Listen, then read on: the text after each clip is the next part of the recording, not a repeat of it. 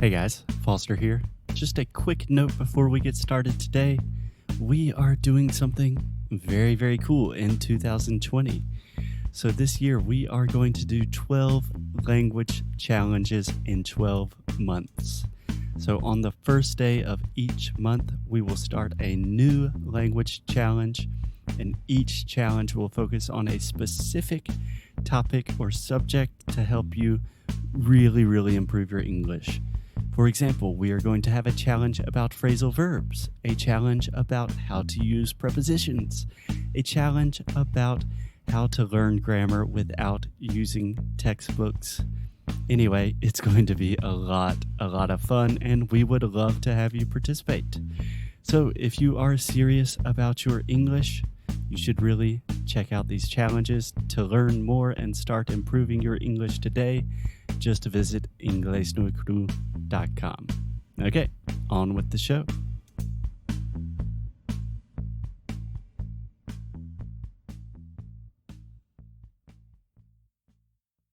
Hey, what's up guys? It's Foster. So there's this thing in language learning that I like to call the tipping point. So when you are learning a new language, in the beginning, until you reach the tipping point, everything is really hard. It is not fun. No one can understand you. You don't understand anything. It's just a really difficult experience. But here's the beautiful thing. After you reach this point, everything is awesome. It's much easier. You can talk to people. You can connect with native speakers, meet people from different cultures. Yeah, sure, sometimes you forget a word every now and then, but you are over the tipping point. You are just learning more and excited to learn more every day. And do you know what the easiest way to reach the tipping point is? Speaking to native speakers, talking to people. And the best way to talk to people is with our good friends at Cambly. So Cambly is a totally online English learning platform. You can talk to native speakers. These are professional English teachers from all over the world. You can talk to them about whatever you want, whenever you want, from whatever accent, whatever topic. It is really cool. So if you have not checked out Cambly yet, you can go to cambly.com and use the promotional code Inglês no podcast to get your first class for free. Again, if you want to have good conversations in English, reach the tipping point sooner rather than later, visit cambly.com and use the promotional code Inglês no podcast. Okay, let's get on with the show.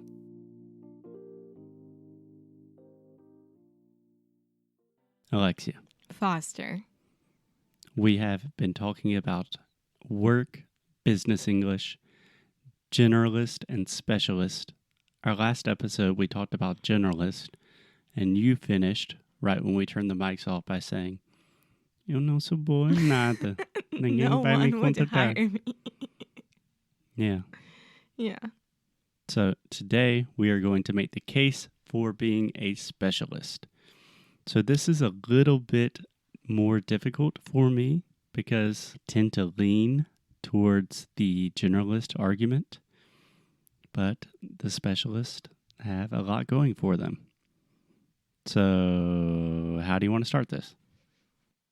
You can tell me very good things about how a specialist is. Okay, the coolest thing about being a specialist. When I say specialist, I mean being an expert in something. That means being in the top 5% world class in something, right? Mm-hmm. You immediately can add value and solve people's problems. If you think about business, if you think about almost anything, what do you want? You want people to solve your problems in the most efficient and most valuable way possible. A specialist can do that for you out of the box. It's awesome. Your response. I think it's awesome. I think it's amazing how people can understand so much about one subject. Like, I don't know, coding is something that I have no idea. I don't understand at all, and I think it's magic. I took like 2 classes during college, but I don't understand. I Okay. know the basics, but Yeah. Perfect example. I'm glad you mentioned this, and I know I'm going to get in trouble because a lot of our listeners are coders or developers or they work in technology. But this is a great example that I think really illustrates the specialist dilemma. So, right now in 2019, you can learn how to code, just spend hours and hours every day at your computer and learn how to code in one specific language and get really, really good at it, right? mm-hmm. And if you are a really good coder, you can make money right now, almost anywhere in the world. That's Lots awesome. of it. Yeah, in most cases, coding salaries are pretty good at the moment. So that's an excellent example of, hey, learn to code, make money, done. But on the other hand, you see a lot of things that are kind of, I don't want to say automation. I don't want to sound too like robot. AI, artificial intelligence, is going to take everything over. But things like Squarespace, WordPress, it's not very hard to make a website nowadays, you know? It took me like 3 years, but I'm an idiot.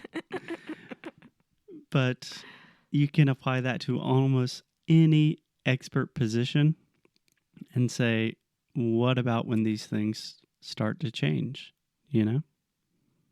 Think about doctors. Let's say a radiologist.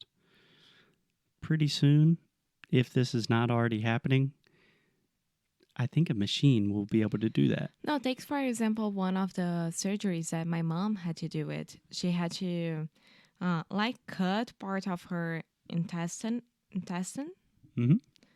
and it was like more or less 10 years ago, the surgery, and already 10 years ago it was all robot.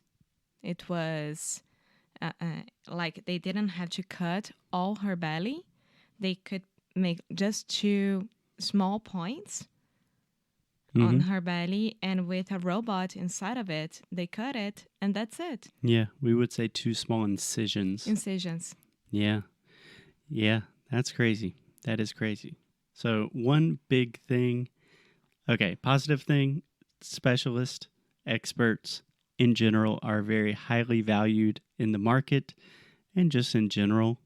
Like if you are a specialist teacher on, I don't know, 17th century history in Vietnam, then when people need to know about that, they go to you and they pay you well to do that, right? On the other hand, what happens when that situation changes? So that's kind of one of the good and bad things of it. I think another really cool, beneficial thing about being an expert in something is I just think it's an intrinsically good thing to go deep into a subject.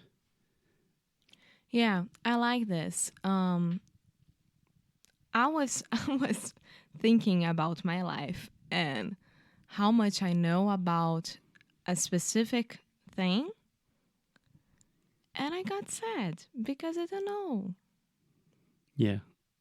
Again, this is not a therapy session for us. This is this is English no Qual Yeah, work done. but you make me think about it. Yeah. And maybe this is a gap in my life that I need to fulfill. Yeah. So I'm just thinking about this right now, but I am listening to this online course called Music in the Brain, which Alexia is already laughing because I talk about it like every 30 seconds. But it is just how our brain reacts to music, and it's fascinating. Everyone should take it. But think that most experts, that expertise just magically moves into other parts of your life. Like they were doing all of these studies with children that had to learn instruments when they were young, like the children whose parents forced them to play violin for like 8 hours a day, you know? Mm-hmm. And those children were automatically way better in the future at a lot of other things, including language, but just a lot of like general skill. Leave it in. Just like a lot of general cognition skills. So when you think you're just playing piano all day, you are actually training all of these different parts of your brain, and there's something positive about that. Yeah, with dance as well. Exactly. Yeah.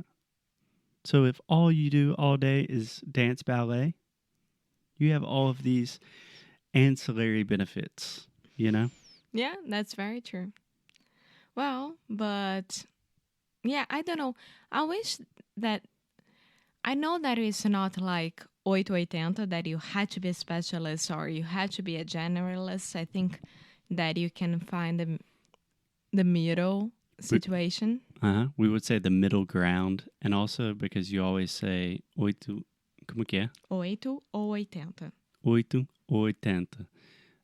We would say all or nothing, I believe. Yeah. Yeah, I think that you must have a middle ground. Yeah. I imagine.